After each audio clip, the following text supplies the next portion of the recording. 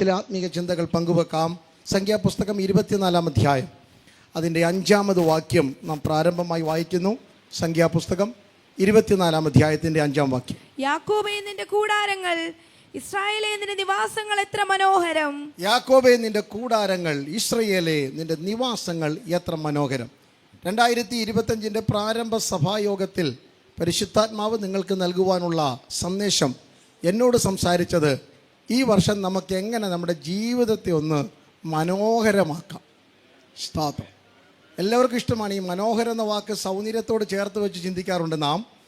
ഈ നമ്മുടെ എല്ലാ ആധുനിക ലോകത്തിലെ അല്ലെങ്കിൽ ഭാരതം ഉൾപ്പെടെയുള്ള എല്ലാ അല്ലെങ്കിൽ വ്യാപാര മേഖലകളിലെയും പ്രധാനപ്പെട്ട 3 ചെലവുകൾ എന്താണെന്ന് ചോദിച്ചാൽ, ബഡ്ജറ്റ് എടുത്താൽ ഒന്ന് ഭക്ഷണത്തിന് വേണ്ടി ഉള്ള ചിലവാണ്. ഭക്ഷണത്തിന് വേണ്ടിയാണ് ഏറ്റവും കൂടുതൽ ചിലവുള്ളത്. ഇവിടെ ഇവരോട് ചോദിച്ചാൽ അവർ പറയും ഭക്ഷണത്തിനാണ് ഏറ്റവും കൂടുതൽ ചിലവാകുമെന്ന് പറയും. കഴിക്കാൻ ആളുള്ളത്തോളം കാലം ഭക്ഷണത്തിന് ഒരു ചിലവിനും കുറവില്ല. രണ്ടാമത് വലിയ ആരോഗ്യരംഗത്താണ്, മരുന്നിന് വേണ്ടിയാണ്. ഈ ഭക്ഷണം കഴിക്കുന്നത് കൊണ്ടാണല്ലോ നമുക്ക് രോഗം വരുന്നത്. അപ്പം അത് കഴിഞ്ഞാൽ അടുത്ത ചിലവ് എന്തിനു വേണ്ടിയാണ്? മരുന്നിന് വേണ്ടിയാണ്. നിങ്ങൾ ശ്രദ്ധിച്ച് നോക്കൂ, എല്ലാ ഹോട്ടലിൻ്റെയും തൊട്ടടുത്തൊരു മെഡിക്കൽ സ്റ്റോർ ഉണ്ടായിരിക്കും, ഉറപ്പാണ്. നിങ്ങൾ നടന്നു നോക്കിയാൽ മതി. അപ്പം ആരോഗ്യ പ്രശ്നങ്ങളാണ് രണ്ടാമത്തത്. മൂന്നാമത്തതാണ് സൗന്ദര്യവർദ്ധക വസ്തുക്കൾ, കോസ്മെറ്റിക്കാണ്. നിങ്ങൾ ലോക വിപണിയിലെ 3-ാമത്തെ മാർക്കറ്റ് എന്ന് പറയുന്നത് എങ്ങനെ മുഖം മിനുക്കാമെന്നുള്ള സ്തോത്രം. സ്വഭാവമല്ല, അത് ഞാനാ പറയാൻ വരുന്നത്. എങ്ങനെ മുഖം മിനുക്കാം, 4 പേര് കണ്ടാൽ ദോഷം പറയാത്ത രീതിയിൽ എങ്ങനെ നടക്കാൻ വേണ്ടിയാണ് പണം ചിലവാക്കുന്നത്. അതിനകത്ത് വസ്ത്രം വരും, അതിനകത്ത് ബാക്കിയുള്ള കാര്യങ്ങളൊക്കെ ഉൾപ്പെടും. എന്നാൽ ഇന്ന് രാവിലെ നിങ്ങളുമായി എനിക്ക് പങ്കുവെക്കുവാനുള്ളത് വേദപുസ്തകം നമ്മെ പഠിപ്പിക്കുന്ന സൗന്ദര്യം എന്താണെന്നുള്ളതാണ്. ഹല്ലേലൂയ. വിശുദ്ധ തിരുവെഴുത്തിൻ്റെ തുടക്കത്തിൽ തന്നെ ദൈവം മനുഷ്യനെ സൃഷ്ടിക്കുമ്പോൾ അവനെ സൗന്ദര്യത്തോടെ സൃഷ്ടിക്കുന്നത്. ആ സൗന്ദര്യം ദൈവത്തിൻ്റെ രൂപമായിരുന്നു മനുഷ്യൻ്റെ സൗന്ദര്യം. ഹല്ലേലൂയ. അനന്തരം നാം നമ്മുടെ സ്വരൂപത്തിൽ നമ്മുടെ സാദൃശ്യപ്രകാരം മനുഷ്യനെ ഉണ്ടാക്കുക എന്ന് പറഞ്ഞ് ദൈവത്തിൻ്റെ അതേ സ്വരൂപം, ദൈവത്തിൻ്റെ അതേ സാദൃശ്യത്തിൽ മനുഷ്യനെ ഉണ്ടാക്കി. അവർക്ക് ലഭിച്ച ആ സൗന്ദര്യമാണ് ലോകം കണ്ട ഏറ്റവും വലിയ സൗന്ദര്യം. ഒന്നുകൂടെ എടുത്തു പറഞ്ഞാൽ ദൈവത്തിൻ്റെ തേജസ് കൊണ്ട് നടക്കുന്ന മനുഷ്യൻ. ഹല്ലേലൂയ. ഇതിനിടയ്ക്കാണ് ആദ്യമായി സൗന്ദര്യവർദ്ധക വസ്തുവിൻ്റെ കട തുടങ്ങിയിട്ട് പിശാച് വന്ന് പറഞ്ഞു, ഈ സൗന്ദര്യം അത്ര പോരാ, നമുക്ക് ഈ സൗന്ദര്യം ഒന്ന് എന്ത് ചെയ്യണം? കൂട്ടണം. അതിനുള്ള വഴി ഞാൻ പറഞ്ഞു തരാം. ഈ പഴം ഒന്ന് കഴിച്ചാൽ മതി. നമ്മൾ കഴിക്കുന്ന പഴം പോലെ എന്തിനാ? സൗന്ദര്യം കൂട്ടാൻ വേണ്ടി, നിറം കൂട്ടാൻ വേണ്ടിയാ. കിട്ടുന്ന പഴമെല്ലാം കഴിക്കുന്നു, വാരി മുഖത്ത് തേക്കുന്നു, എന്തെല്ലാം ചെയ്യുന്നുണ്ട് സൗന്ദര്യം കൂട്ടാൻ വേണ്ടി. അങ്ങനെ പാമ്പ് വന്ന് പറഞ്ഞു, അല്ലെങ്കിൽ പിശാച് പറഞ്ഞു, കുഞ്ഞെ സൗന്ദര്യം കൂട്ടാം, എന്താ? ദൈവത്തെ പോലെ ആക്കി തരാമെന്ന്. ദൈവത്തെ പോലെ നടക്കുന്നവരാണ്, ദൈവ തേജസ് കൊണ്ട് നടക്കുന്നവരാ, നമുക്ക് തൃപ്തി പോരാ, ദൈവത്തെ പോലെ ആക്കാമെന്ന് പറഞ്ഞു. അവിടെയാണ് താളം തെറ്റിയത്. അവിടെയാണ് ഇന്ന് രാവിലെ ദൈവദാസൻ ഓർപ്പിച്ച സൗന്ദര്യവർദ്ധക വസ്തു. ദൈവത്തിൻ്റെ സൗന്ദര്യത്തെ, ദൈവത്തിൻ്റെ തേജസ്സിനെ മറന്നിട്ട് അതിൻ്റെ പുറത്തേക്ക് പിശാചിൻ്റെ പദ്ധതി വാരിത്തേച്ചപ്പോൾ സത്യത്തിൽ നഷ്ടപ്പെട്ടത്, എല്ലാവരും പാപം ചെയ്ത് ദൈവ തേജസ് നഷ്ടമായി. അങ്ങനെ മനുഷ്യൻ വൈരൂപ്യമുള്ളവനായി മാറി. ആര് കണ്ടാലും മറയ്ക്കുന്ന ഒരു വൈരൂപ്യം.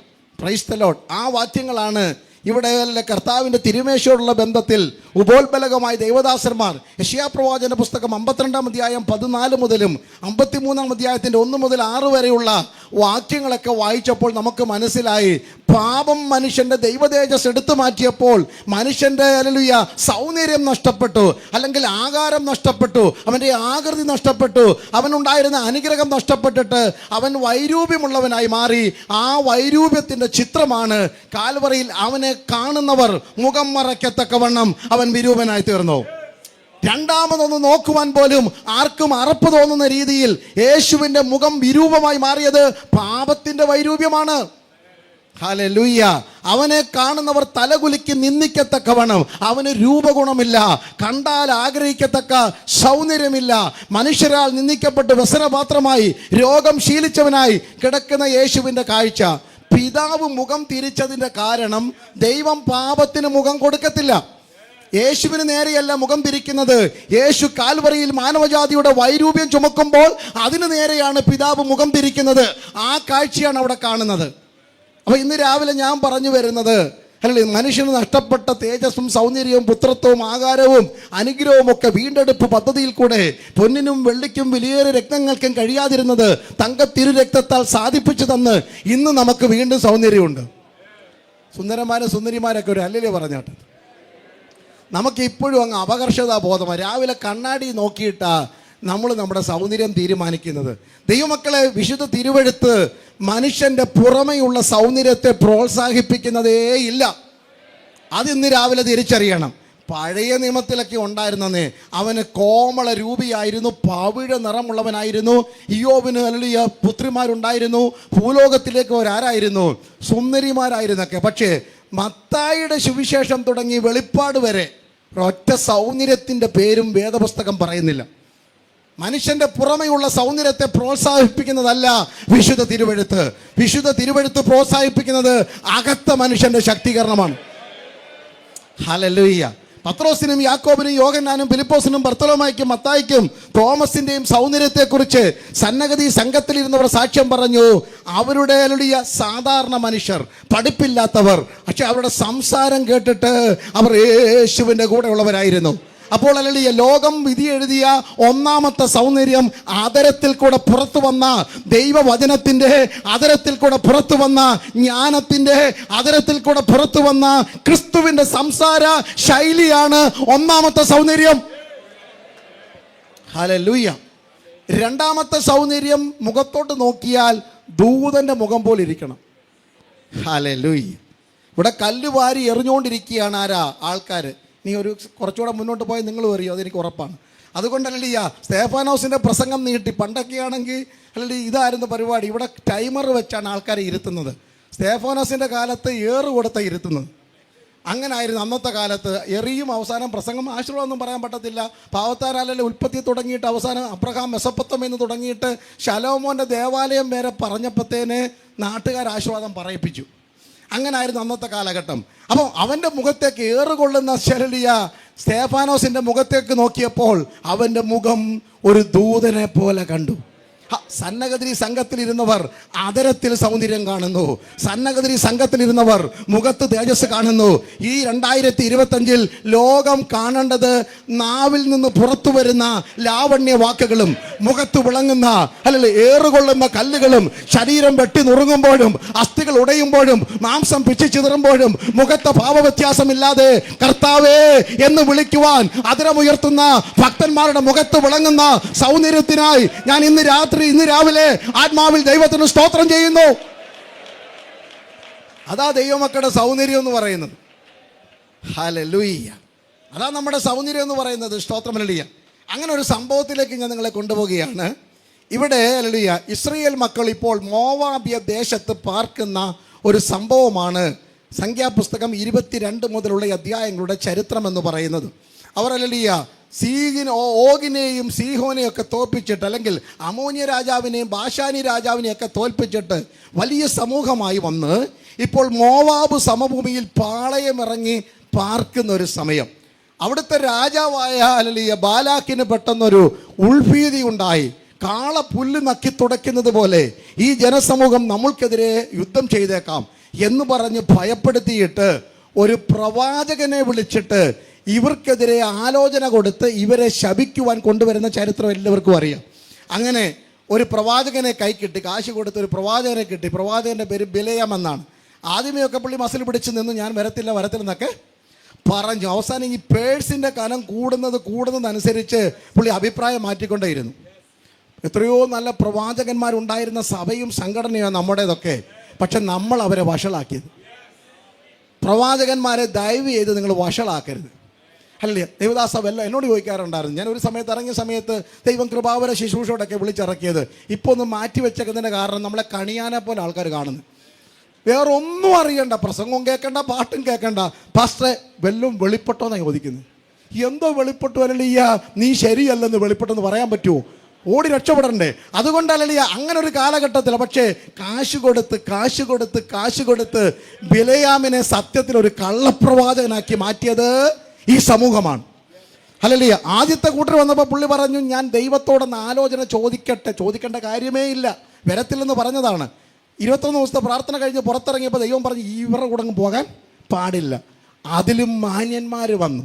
വരുന്നവർ മാന്യന്മാരായിരിക്കാം, പക്ഷെ ഇത് ദൈവത്തിന് മാന്യതയല്ല. വിളിച്ചവൻ്റെ അഡ്രസ്സല്ല വിഷയം, വിളിച്ച വിശുദ്ധനൊത്തവണ്ണം എല്ലാ നടപ്പിലും വിശുദ്ധരായിരിക്കണം. ഹല്ലേലൂയ. സ്റ്റേജിൽ വിളിച്ചവരല്ല നമ്മുടെ മുഖ്യ വിഷയം, നമ്മെ വിളിച്ചവനായിരിക്കണം. ഇന്ന് ഈ പന്തലിരിക്കുന്ന സകല വിശ്വാസ സമൂഹത്തോടും നിങ്ങളുടെ കൂട്ടു സഹോദരൻ നിലയിൽ എൻ്റെ കൂട്ടു സഹോദരന്മാരായ ദൈവദാസന്മാരോട് ആത്മാവിൽ പറയുന്നു, ആരല്ല നമ്മെ വിളിച്ചെന്നല്ല വിഷയം, നമ്മെ വിളിച്ച ഒരുത്തരെ നമുക്കറിയാം. ആ വിളിക്കൊത്തവണ്ണം എല്ലാ നടപ്പിലും. നമ്മുടെ വിളിയും തിരഞ്ഞെടുപ്പും ഒക്കെ നമുക്കൊന്ന് ഉറപ്പാക്കേണ്ട വർഷമല്ലേ. അങ്ങനെ ഇദ്ദേഹം അവസാനം ഈ കുതിര കഴുതപ്പുറത്തൊക്കെ കയറി വളരെ ആവേശത്തോടെ വരുന്ന ചരിത്രം നിങ്ങൾക്ക് അറിയാം. ചരിത്രം പറയാൻ പോയി കഴിഞ്ഞാൽ രസകരമായി പറയണമെന്നുണ്ട്, പക്ഷെ അത് ഞാൻ വിടുകയാണ്.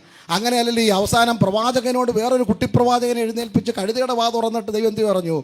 ദൂത് പറയിച്ചു. അപ്പോൾ ദൈവത്തിന് പ്രവചന ശുശ്രൂഷ ചെയ്യാൻ വേണ്ടി ഹല്ലേലൂയ ഈ ഫുൾ സ്ലീവ് ഇട്ട വെള്ള ഷർട്ട് ഇട്ട ബിലയാം വേണോ നിർബന്ധമൊന്നും ഇല്ല.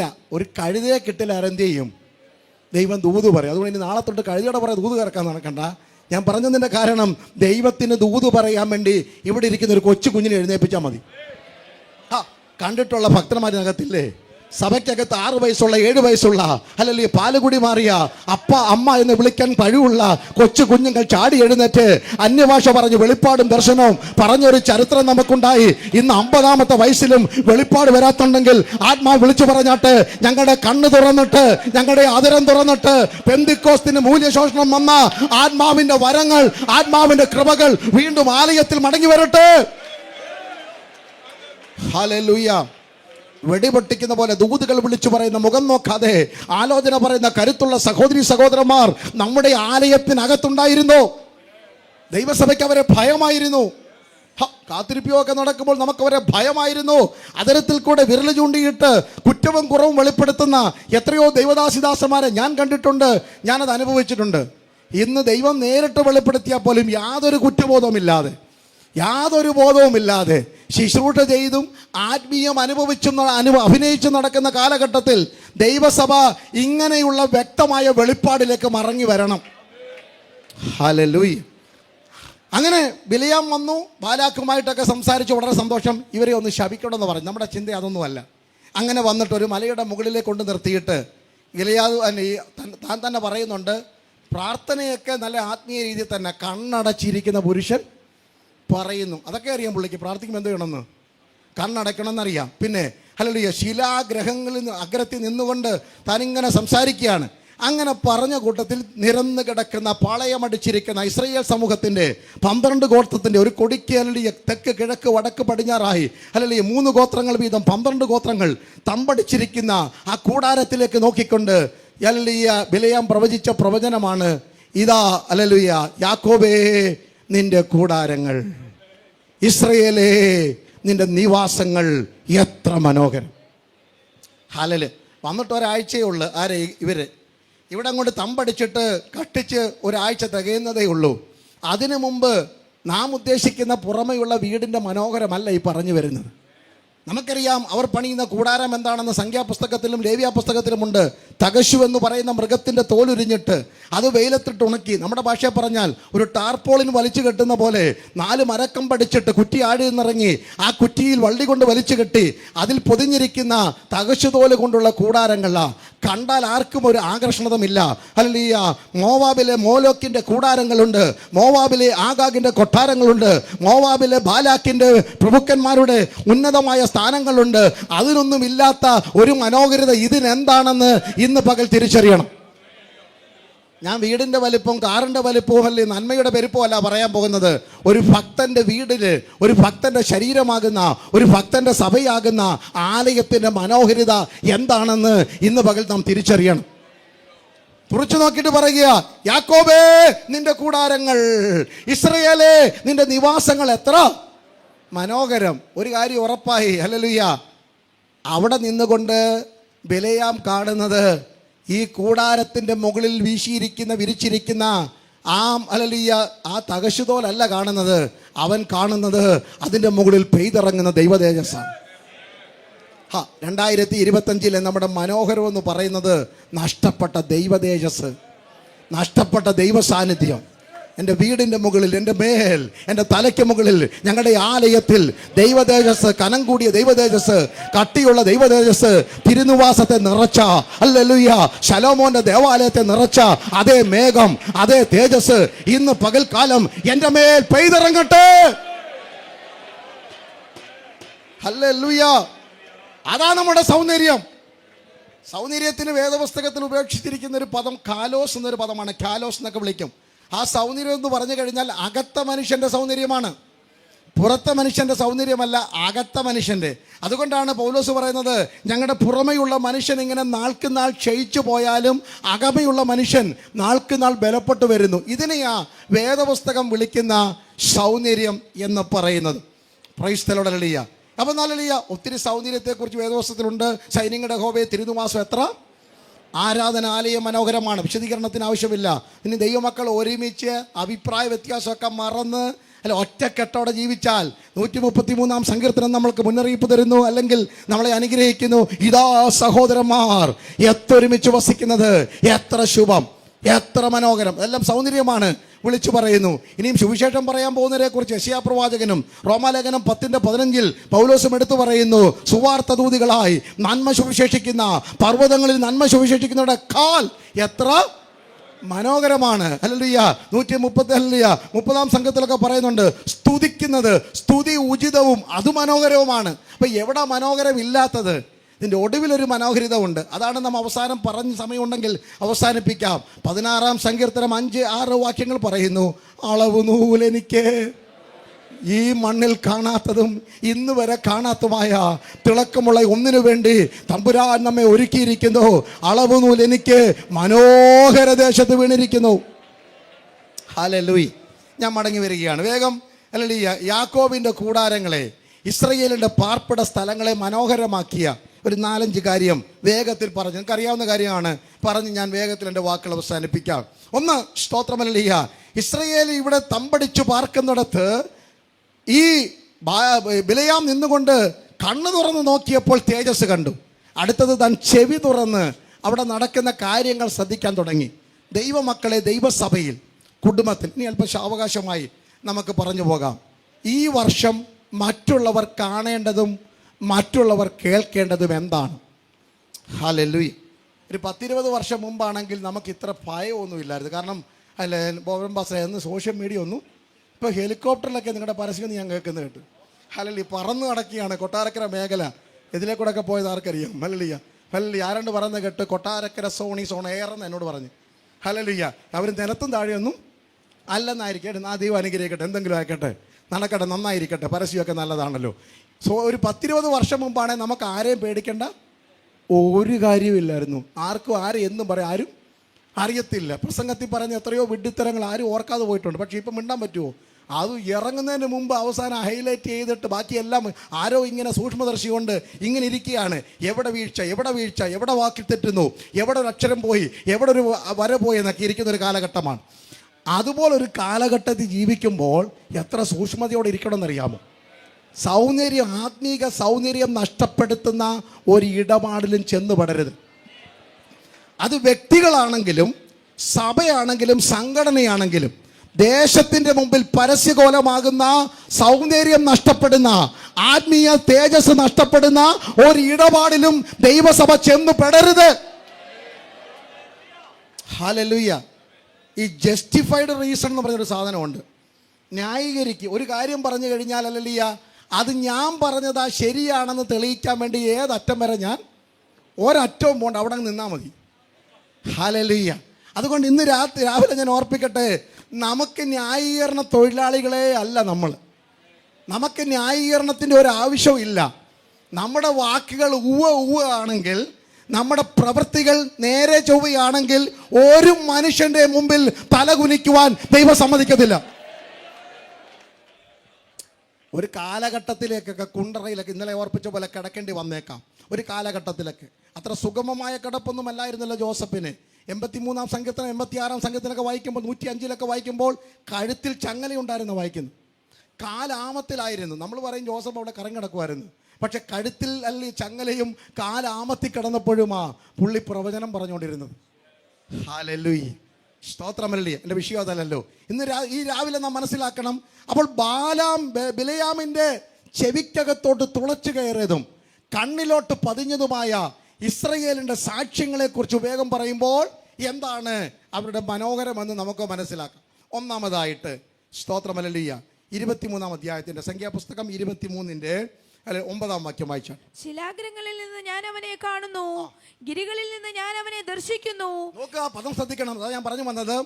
ഈ മലയുടെ I M standing on the peak of that mountain, അവിടെ നിന്നുകൊണ്ട് ശിലയുടെ അഗ്രത്തിൽ നിന്നുകൊണ്ട് ഞാൻ അവനെ കാണുന്നു. നിങ്ങൾക്ക് വല്ല മനസ്സിലായി വായിച്ചിട്ട്?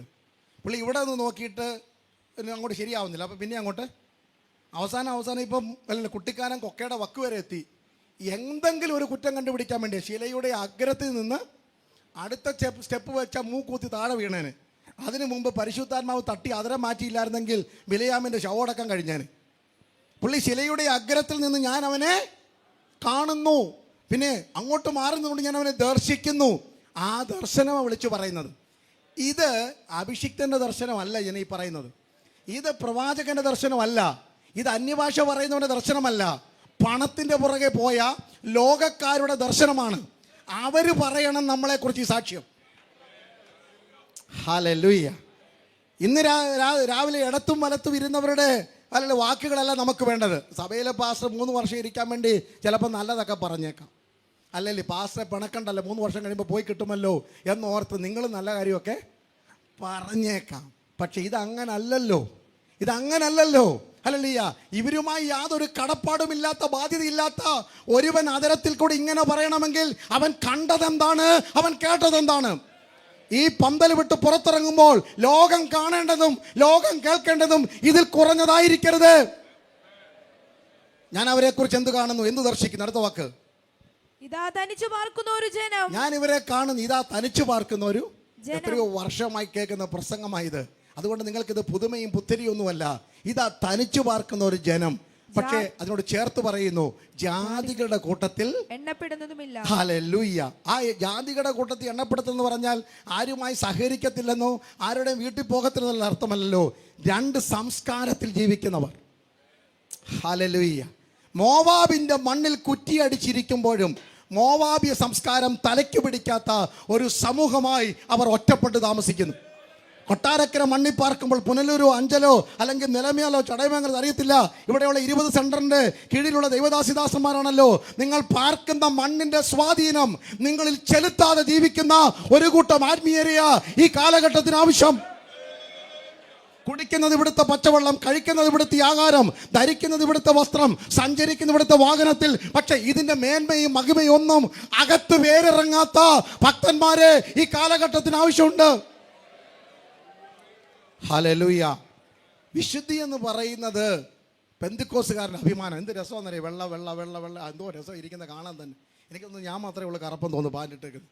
ബാക്കി ഒരുമാതിരി എല്ലാവരും ആരാ അകോ ഇതുപോലാണെങ്കിൽ എന്തോ ഒരു സന്തോഷമായിരുന്നു. ഹല്ലേലൂയ.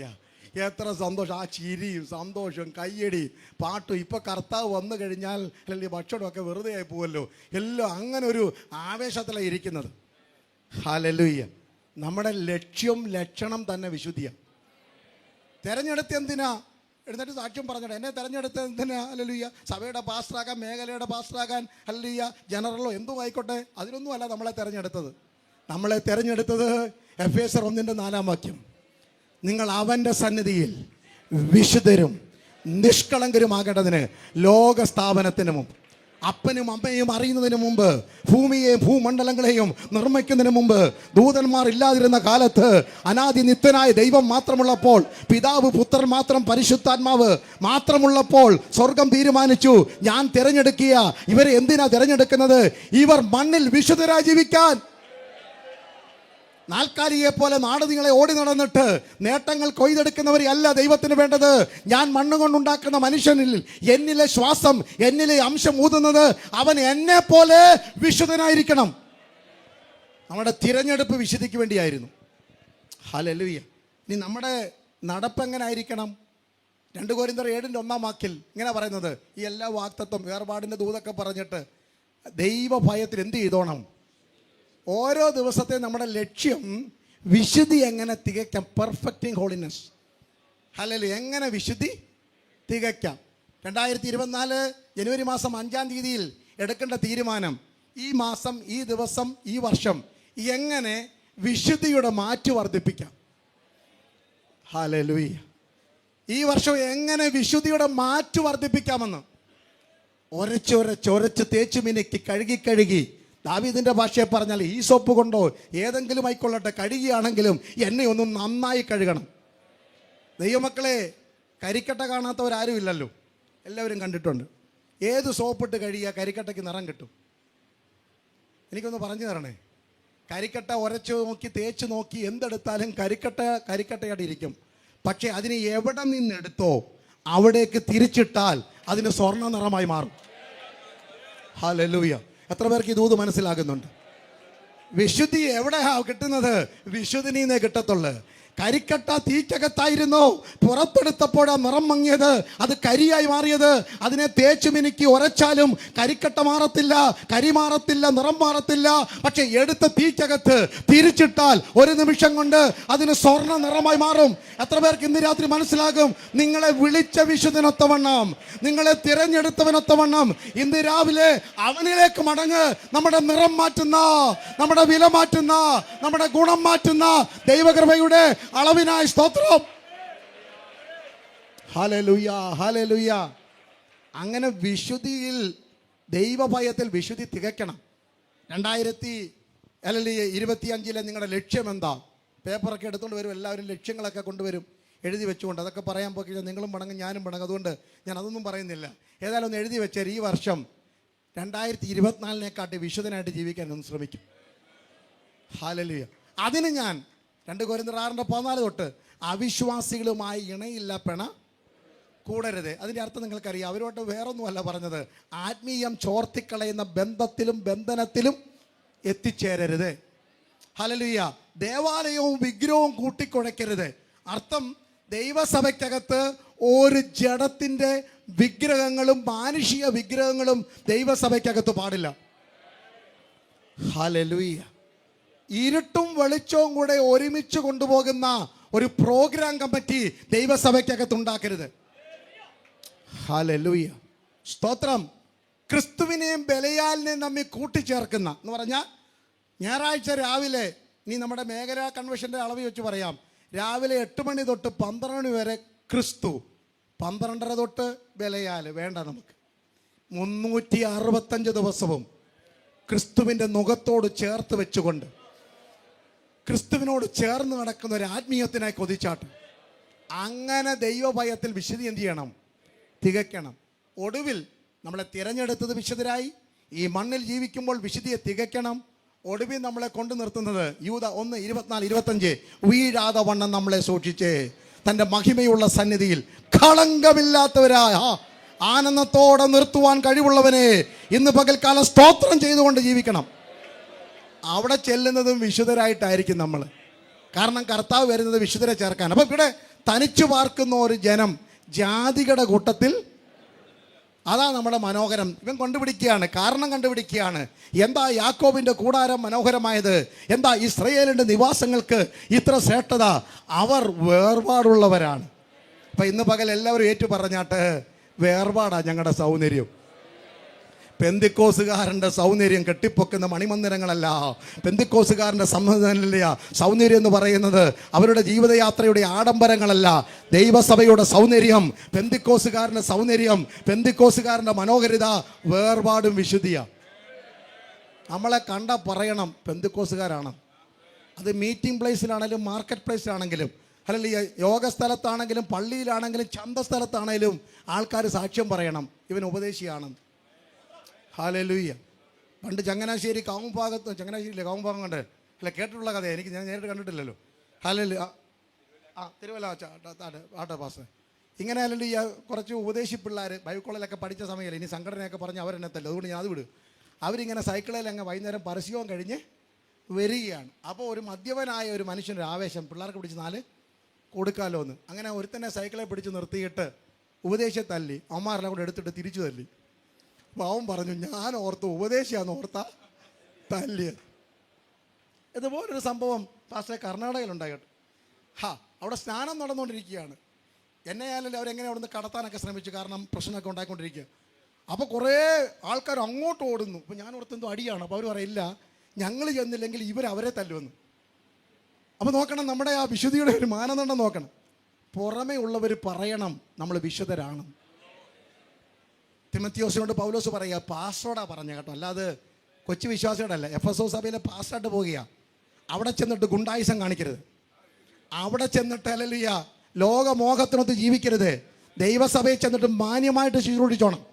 അത് 3 വർഷമോ 30 വർഷമോ ആകട്ടെ. അവിടെ ചെന്നിട്ട് എന്ത് ചെയ്യണം? വിശ്വാസികൾക്ക് മാതൃകയായിരിക്കണം. 1 തിമത്തിയോസ് 4:12. ഹല്ലേലൂയ, എൻ്റെ മകനെ തിമത്തിയോസേ, എഫെസോസ് സഭയുടെ പാസ്റ്ററായിട്ട് പോകുക. നീ അവിടെ ചെന്നിട്ട് ഹല്ലേലൂയ വിശ്വാസികൾക്ക് മാതൃകയായിരിക്കണം. എങ്ങനെയാ? വാക്കിലും നടപ്പിലും സ്നേഹത്തിലും പ്രവൃത്തിയിലും വിശ്വാസികൾക്ക് മാതൃകയായിരിക്കണം. ദൈവസഭയുടെ ശുശ്രൂഷകന്മാർ, ദൈവസഭയിലെ വിശ്വാസികൾ, കുടുംബങ്ങൾ, ഭാര്യ, ഭർത്താവ്, മാതാപിതാക്കൾ ലോകത്തിൻ്റെ മുമ്പിൽ മാതൃകയായിരിക്കണം. നമ്മെക്കുറിച്ച് ദൈവം സാക്ഷ്യം പറയണം, മനുഷ്യരും സാക്ഷ്യം പറയണം, നമുക്ക് തന്നെ ഒരു സാക്ഷ്യം ഉണ്ടായിരിക്കണം. രാവിലെ എഴുന്നേറ്റ് കണ്ണാടിയുടെ മുന്നിൽ പോയിരുന്നോട് ഒരു സാക്ഷിയൊക്കെ ഒന്ന് പറഞ്ഞാട്ട്, സഭായത്തിന് വന്നിട്ട് 1.5 മണിക്കൂറത്തെ സാക്ഷ്യം കത്തിക്കുന്നതിനെക്കാട്ടി എത്രയോ നല്ലതാ കണ്ണാടിയുടെ മുന്നിൽ നിന്നുകൊണ്ട് ഹല്ലേലൂയ, ഈ കണ്ടോ ഈ മനുഷ്യനെ കണ്ടോ, ഹല്ലേലൂയ. അപ്പോൾ ആരും കേൾക്കത്തില്ലല്ലോ, കണ്ടോ ഈ മനുഷ്യനെ കണ്ടോ.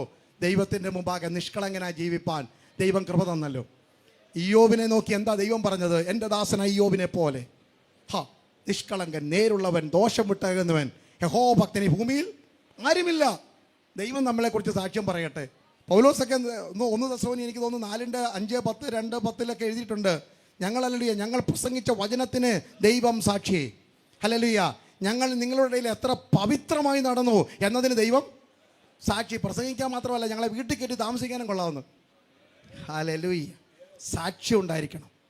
അപ്പോൾ വിശുദ്ധിയാണ് നമ്മുടെ മാനദണ്ഡം. ഞാൻ ആ ഭാഗം വിടുകയാണ്. അപ്പം ഈ സൗന്ദര്യം എന്ന് പറയുന്നത് യാക്കോബിൻ്റെ കൂടാരത്തെ മനോഹരമാക്കിയത് വേർപെട്ട ജീവിതമാണ്. 2024 അങ്ങനെ ഒരു തീരുമാനം എടുത്തിട്ട് പോയാട്ടെ. രണ്ടാമത് 23:21 വാക്യം സംഖ്യ, അവിടെ 4 കാര്യങ്ങൾ നമുക്ക് കാണാം. യാക്കോബിൽ തിന്മ കാണാനില്ല. ആ മലയാളം ഭാഗത്ത് ഇംഗ്ലീഷ് എഴുതിയിരിക്കുന്നത് വളരെ രസകരമാണ്. നമ്മൾ ഉദ്ദേശിക്കുന്ന തിന്മയല്ല. ഹല്ലേലൂയ, യാക്കോബിൽ ഹല്ലേലൂയ അകൃത്യം കാണാനില്ലെന്ന് എഴുതിയിരിക്കുന്നത്. There is no iniquity seen in, hallelujah, അങ്ങനെ എഴുതിയിരിക്കുന്നത്. അപ്പം തിന്മ കാണാനില്ല. എന്ത് കാണാനില്ല? തിരിച്ചും മറിച്ചും കയറി നോക്കിയാൽ, കൂടാരത്തിനകത്ത് ഇടത്തും വലത്തും നോക്കിയാൽ അകൃത്യത്തിൻ്റെ ഒന്നും ആ വീട്ടിലില്ല. അതാ മനോഹരം. ഹല്ലേലൂയ. എന്താ ദൈവമക്കളെ നമ്മുടെ മനോഹരത? അകൃത്യമില്ല. 2, യാക്കോബിൽ ഇസ്രയേൽ കഷ്ടത ദർശിപ്പാനും, ആ കഷ്ടതയ്ക്ക് അവിടെ ഉപയോഗിച്ചിരിക്കുന്നത് വിക്കഡ്നെസ് എന്ന പദമാണ്. ദുഷ്ടത കാണാനില്ലെന്നാണ്. നമ്മൾ ഇത് രണ്ടും കേട്ട് അയ്യോ ഞങ്ങൾ ഈ കഷ്ടതയില്ലല്ലോ, അയ്യോ പാസ്റ്ററെ ഇത്രയും നാളും പ്രാർത്ഥിച്ചിട്ട് എന്നും കഷ്ടത. ആ കഷ്ടതയല്ല ഈ പറയുന്നത്. ദുഷ്ടതയില്ല, ദോഷമില്ല. ഇനി എന്താ ഉള്ളത്? ഇനി കൂട്ടത്തിലുള്ളത് ദുഷ്ടതയും ഇല്ല, ദോഷമില്ലെങ്കിൽ പിന്നെ 2 കാര്യമുണ്ട്. എന്തൊക്കെയുണ്ട്? അവന്റെ ദൈവമായ യഹോവ അവനോട് കൂടെ ഇരിക്കുന്നു. അപ്പൊ കഷ്ടതയില്ല, ദുഷ്ടതയില്ല, അല്ലെങ്കിൽ ദോഷമില്ലാത്തടത്ത് ആരുണ്ട്? ദൈവം ഉണ്ടെന്ന്. ഈ തകശുകോല് കൊണ്ട് തിരിച്ചിരിക്കുന്ന കൊച്ചു കൂടാരത്തിനകത്ത് പാർക്കുന്ന ഒരുവനെ അവൻ കണ്ടു. ഹല്ലേലൂയ. നിങ്ങളുടെ കഴിവും മിടുക്കും ഡ്രൈവിങ്ങിൻ്റെ സാമർഥ്യം ഒന്നും കൊണ്ടുമല്ല കണ്ണിന് നേരെ വന്ന അപകടങ്ങൾ തട്ടിമാറിയത്. പകൽ പകർക്കുന്ന അസ്ത്രത്തിന് മൂർച്ചയില്ലാഞ്ഞിട്ടോ, ഇരുട്ടിൽ സഞ്ചരിക്കുന്ന മഹാമാരിക്ക് കഴിവില്ലാഞ്ഞിട്ടോ, ഉച്ചയ്ക്ക് നശിപ്പിക്കുന്ന സംഹാരകന്റെ ആരോഗ്യം കുറഞ്ഞിട്ടോ അല്ല, നിങ്ങളുടെ കൂടെ യഹോവയുണ്ടായിരുന്നു. ഓ റബ ശഖനാദിയ, യഹോവ അവരുടെ കൂടെ ഉണ്ടായിരുന്നു. Price the Lord. Thank you Jesus.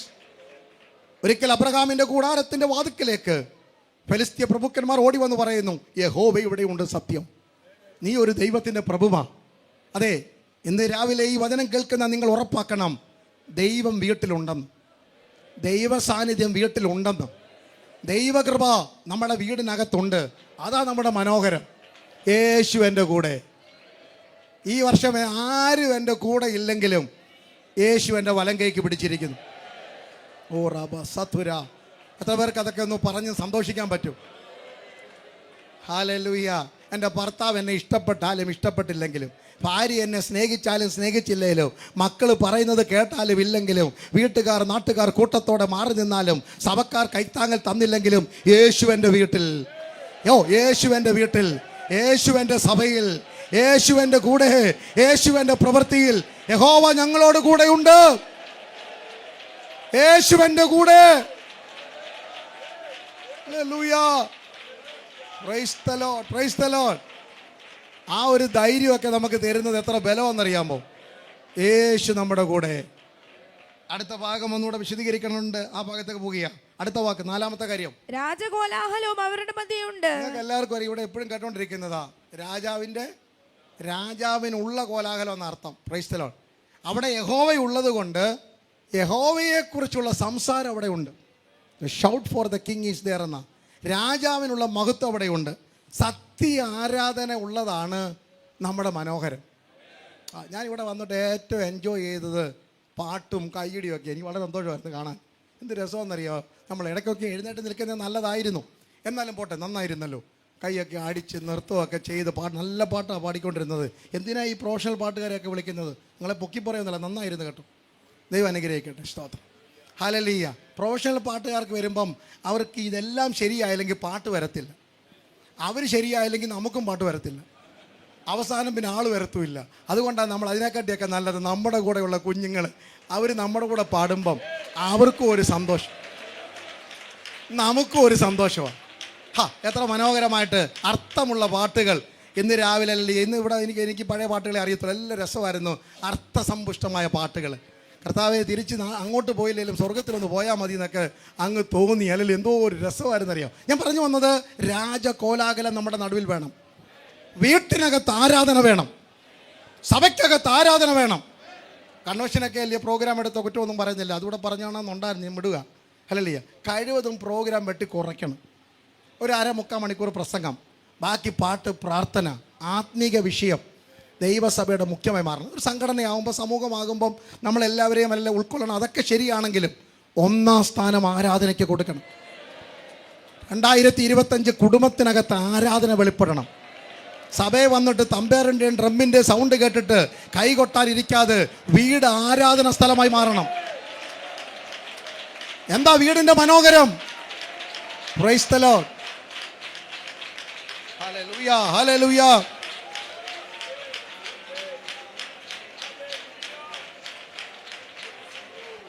നിങ്ങൾ വിചാരിക്കുന്നുണ്ടോ ബാലാക്ക് അത്ര മണ്ടനാണെന്ന്? എവിടോ പാർക്കുന്ന ഒരു പ്രവാചകന് കൊണ്ടുവന്ന് സഞ്ചി നിറച്ച് കാശ് കൊടുക്കാൻ ബാലാക്ക് അത്ര ഭോഷനൊന്നുമല്ല.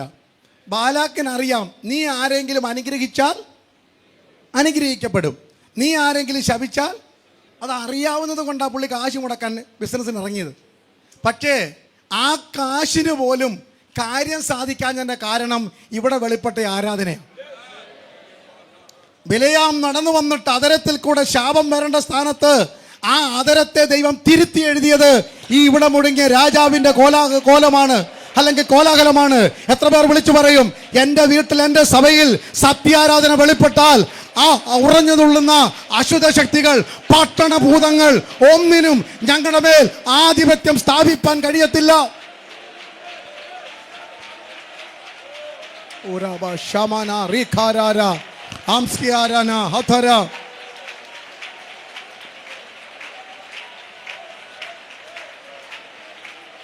ഹല്ലേലൂയ. Praise the Lord. ശുശ്രൂഷയെ മുന്നേറ്റം വേണോ? സഭയ്ക്കകത്ത് ആത്മീയ അഭിവൃദ്ധി വേണോ? കുഞ്ഞുങ്ങളുടെ ഭാവി വർദ്ധിക്കണോ? കുറുക്ക് വഴിയൊന്നുമില്ല. ഒരുമിച്ച് കൂടിയിരുന്നൊന്ന് ആരാധിച്ചാട്ട്, അത്യുന്നതിനെ ഒന്ന് വാഴ്ത്തിയാട്ട്. അന്തരീക്ഷം മാറുന്നത് നിങ്ങൾക്കറിയാം. ഹല്ലേലൂയ. അശുദ്ധ ശക്തികൾ കെട്ടിപ്പൊക്കിയിരിക്കുന്ന ബാലിൻ്റെ ബലിപീഠങ്ങളും അശേരയുടെ പ്രതിഷ്ഠകളും സത്യാരാധനയ്ക്ക് മുമ്പിൽ തകർന്നു മാറിയെങ്കിൽ 2025 കുടുംബത്തിനകത്ത് വെളിപ്പെടുന്ന സത്യ ആരാധന, സഭയിൽ മുഴങ്ങുന്ന സത്യ ആരാധന, സംഘടനയിൽ ആത്മാവിൽ ആരാധിച്ചാൽ കെട്ടിപ്പൊക്കിയിരിക്കുന്ന സകല അശുദ്ധ ശക്തികളും അത് ആട്ടിപ്പായിക്കപ്പെടുമെന്ന് ആത്മാവിൽ ദൂത് പറയുന്നു. ഹല്ലേലൂയ. രാജകോലാഹലം, രാജാവിന് സ്തുതി, രാജാവിന് സ്തുതി, യേശുവിന് മഹത്വം. Hallelujah. Praise the Lord. Thank you Jesus. സത്യാരാധന വെളിപ്പെട്ട മാത്രം മതി. സഭയിലെ പ്രശ്നമാണോ? പ്രത്യേകിച്ച് ഒന്നും ചെയ്യണ്ട. പ്രത്യേകിച്ചും അല്ലെങ്കിൽ ഈ കമ്മിറ്റി മാറി മാറി കൂടി രാത്രി 12 വരെ ഒന്നും ഇരിക്കൊന്നും വേണ്ട. നല്ലൊരു ഉപവാസ പ്രാർത്ഥന വെച്ചിട്ട് കൈയടിച്ച് ഞായറാഴ്ച മതി. ഹല്ലേലൂയ. ഏതായാലും സഭയെ പ്രാർത്ഥനയല്ലേ, ഇതൊന്ന് കഴിഞ്ഞിട്ട് നമുക്ക് കുത്തിപ്പൊക്കാൻ നമ്മൾ ഇരിക്കുമ്പോഴത്തേന് ആ 21 പിന്നെ ഒന്ന് 40 ആക്കിയാൽ മതി, തന്നെ അങ്ങ് തളർന്നോളും. ഹല്ലേലൂയ. 2025 ഒന്ന് പരീക്ഷിച്ച് നോക്കിയാട്ട് ആലയത്തിനകത്ത് ആരാധന വെളിപ്പെടട്ടെ, നമ്മുടെ തലമുറ കാണട്ടെ. അയ്യോ ഡാഡിയും മമ്മിയും കമ്പ് കൊണ്ട് കുത്തി നാട്ടിയ ഹല്ലേലൂയ വിരിച്ചിരിക്കുന്ന ഈ കൊച്ചു ടാർപോളിന്റെ കീഴിൽ ഹല്ലേലൂയ പിശാചിന്റെ നാക്ക് കയറിയില്ലെങ്കിൽ, പിശാചിന്റെ വാക്ക് കയറിയില്ലെങ്കിൽ ഇവിടെ മുഴങ്ങിയത് ദൈവത്തിന് സ്തോത്രം. Hallelujah. Thank you Jesus, thank you Jesus.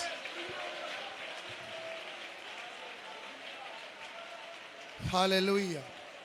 സത്യാരാധനയ്ക്കായി ഈ ദിവസങ്ങളിൽ ദൈവസഭയൊന്ന് ഒരുങ്ങണം. അതിൽ കുറഞ്ഞ് നമുക്കൊന്ന് വേണ്ട. പാട്ടും ആരാധനയും ഈ 2025 ഒരു ഒത്തിരി അങ്ങ് ഇമ്പോർട്ടൻസ് കൊടുത്താട്ടെ ഈ ആരാധനയ്ക്ക്. ഞാൻ മുന്നോട്ട് പോവുകയാണ്.